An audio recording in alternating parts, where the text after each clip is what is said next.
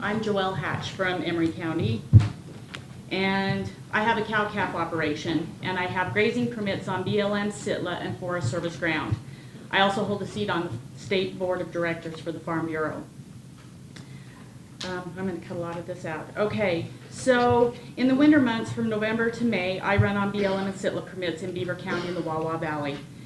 And 3 years ago, I received a letter asking me to evaluate my financial situation, to evaluate my cow herd, and to take a 50% reduction so that they can make room for those wild horses.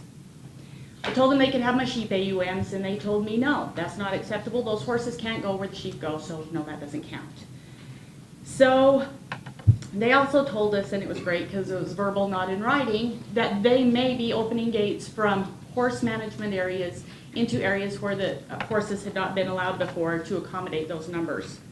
Now there are 13 of us permit owners down there that have filed a lawsuit against the BLM. We have spent tens of thousands of dollars trying to fight them. And then in court a year ago, there were 2 animal rights groups that were allowed to intervene on behalf of the BLM. So now not only are we fighting the BLM, we had to fight those 2 animal rights groups. Now we go back to court in March, so we need some help.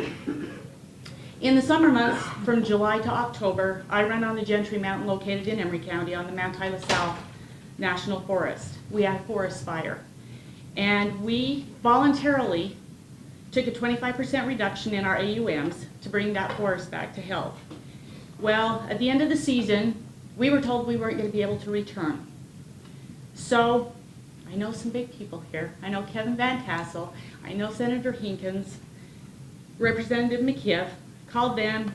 We called the district ranger, Alan Rowley. We called Congressman Chavitz's office and Matheson's office. We had our county attorney up there. We had Troy Forrest from GIP, some people from the office from the Department of Agriculture. We had to pull in all these big guns to make them see that we needed to come back on. We went on a range tour, did the range tour, and finally Alan Rowley said, okay, if you guys will continue to do electric fencing, you'll continue to keep your cows where they're supposed to be, we're going to let you back on with that 25% reduction. We did. Now I need to tell you this, that coming off the mountain, we got our cows off the mountain that fall.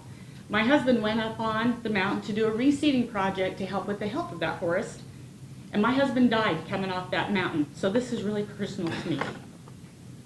We've continued to take a 25% reduction in 2014 and 15, and we have had to fight for every minute and every cow that we've had on that mountain. The district ranger, when he picked our side, that ranger, our ranger and our range contook that personal, and they hold it against us every year. We went in for a range tour, range readiness tour this last year in 2015. We've still put up electric fences. We did a range tour. They said, well, there's some of these saplings have been eaten. Well, after further examination, you all figured out elk had jumped the electric fence. It was elk eating the saplings, and we were told that was our problem, not the Forest Service problem. Then we have Mary O'Brien from the Grand Canyons Trust saying, you're going to measure these trees, you're going to measure this growth in these in the cages, and you're going to measure all of the riparian areas. And some of the permit holders finally said, why is she barking orders, and why is she giving directions, and why are we listening to her? And my range com looked him right in the face and said, because I answer to her. Now it just frosts me. We've heard a lot about Mary O'Brien. We love her, don't we? Oh, yeah. We know all about Mary O'Brien. I find it very disheartening that my federal employees who should report to me and protect my rights are answering to her. Why are they not held as accountable to me as they are to her? There's a lot of uncertainty in my business, and we as grazers are feeling bullied by these environmental groups and these animal rights groups, and especially by Grand Canyons Trust. And she speaks, the Forest Service listens, and we have to comply with everything that she demands, and it's getting harder and harder. And the gentleman in front of me talked about, I'm getting tired of being called a welfare rancher. I pay a lot of money for my AUMs, and I wish some of those people would have to write out a check for those AUMs before they think I'm a welfare rancher.